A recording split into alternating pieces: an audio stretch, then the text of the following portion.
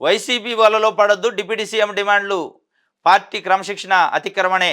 కూటమి పార్టీలు విభేదాల కాలకేయులు ఎదురు చూస్తున్నారు, అందరం అప్రమత్తంగా ఉండాలి. టీడీపీ నేతలకు పల్లా పిలుపు. పార్టీలో బాబు తర్వాత లోకేష్ అని అచ్చెన్నాయుడు గారు చెబుతుండు. నువ్వు చెప్పినా చెప్పపోయినా ఆయన నీ చెప్పుడు కోసం ఆయన ఆగుతాడు. పల్లా శ్రీనివాసరావు గారు పార్టీ అధ్యక్షుడు ఆంధ్రప్రదేశ్కి. ఆయన చెబుతుండు వైసీపీ వలలో పడొద్దు అని. ఎవరు పడ్డారు? ఎవడు పడ్డా? వైసీపీ వల ఎక్కడది? అసలు వలే లేదా? వల మీరేయబోయారు జనసేనకి. వల వేసి దాన్ని లాగి ఆయన దేశపై పక్కన పడేయాలని చూశారు. అది పారలే. పారపోయేటాలకి రివర్స్ అయింది. లేదంటే ఒక్కరోజు లేట్ అయ్యింటే నువ్వు కూడా ప్రకటించేటోడే. లోకేష్ గారు ఉప ముఖ్యమంత్రి గారు అర్హుడే, ఎందుకు ఇయ్యరు అని. స్టార్ట్ అయింది క్యూలో. తర్వాత నీదే ఉంది లిస్టు.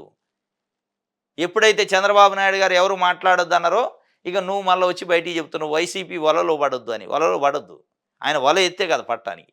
ఇప్పుడు వల వేసే అవకాశం మీకే ఉంది.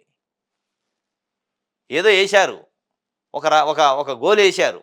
అయితే ఉప ముఖ్యమంత్రి కాకపోతే చూద్దాం పవన్ కళ్యాణ్ రెస్పాన్స్ ఎట్టుంటుందంటే చాలా వైలెంట్గా వచ్చింది రెస్పాన్స్. ఇది ఎటేటో పోయేటట్టుందని వెంటనే అలర్ట్ అయ్యారు.